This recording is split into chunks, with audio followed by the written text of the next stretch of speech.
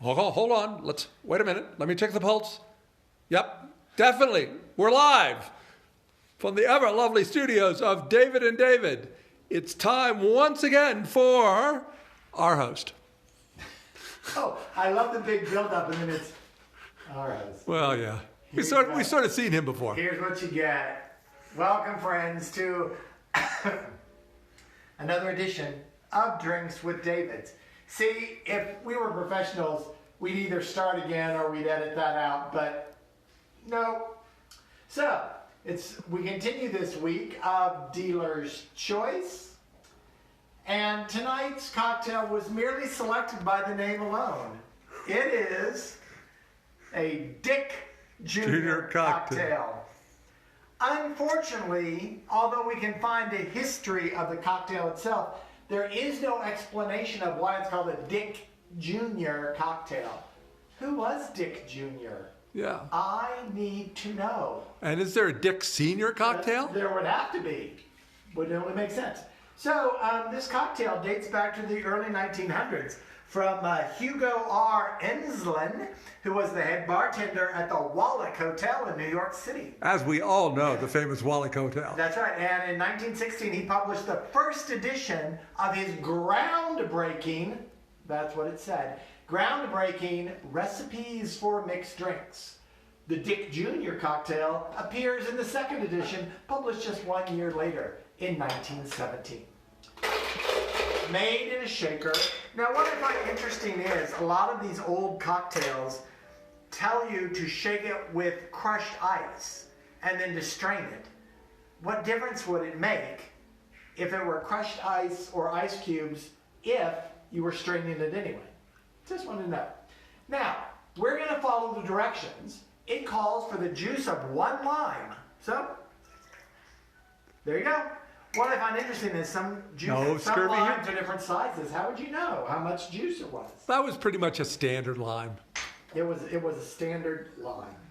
Then it calls for about a shot, actually 3/4 of an ounce. I'm going to follow this precisely. We are nothing if not 3/4 of an ounce, 3/4 of a shot of gin, and then a 1/2 ounce each of dry vermouth and apricot brandy.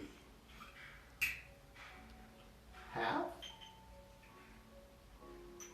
Again, these old recipes call for French vermouth, which we looked up is the dry vermouth, and then 1/2 ounce of tasty apricot brandy. Apricot brandy.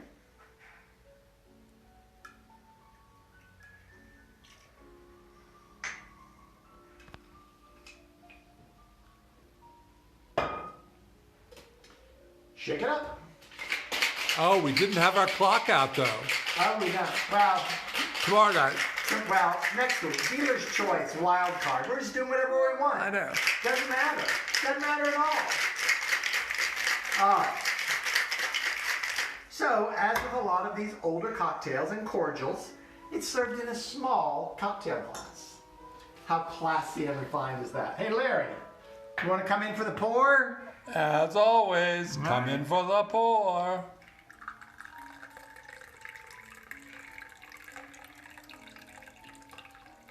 Look at that. Just about perfect in the 4-ounce cocktail glass. All right, here we go. You ready for the taste? Always.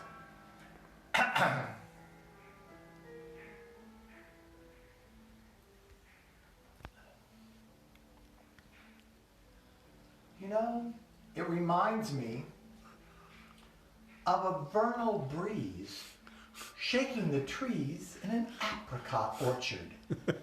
I didn't think of that. That's what the book said it is. Vernal breeze, apricot orchard. Actually, it's really good. I thought it would be way too lime forward. I don't know what it is about the apricot brandy, but it adds this really nice note, kind of in the bottom of your palate. You're going to want to try that. It's almost, that apricot brandy almost has like a caramel note to it. My friends, here's to Dick Jr., whoever he may be. And wherever he might be. Cheers, Dick Jr. Good night. Night. Bye for now.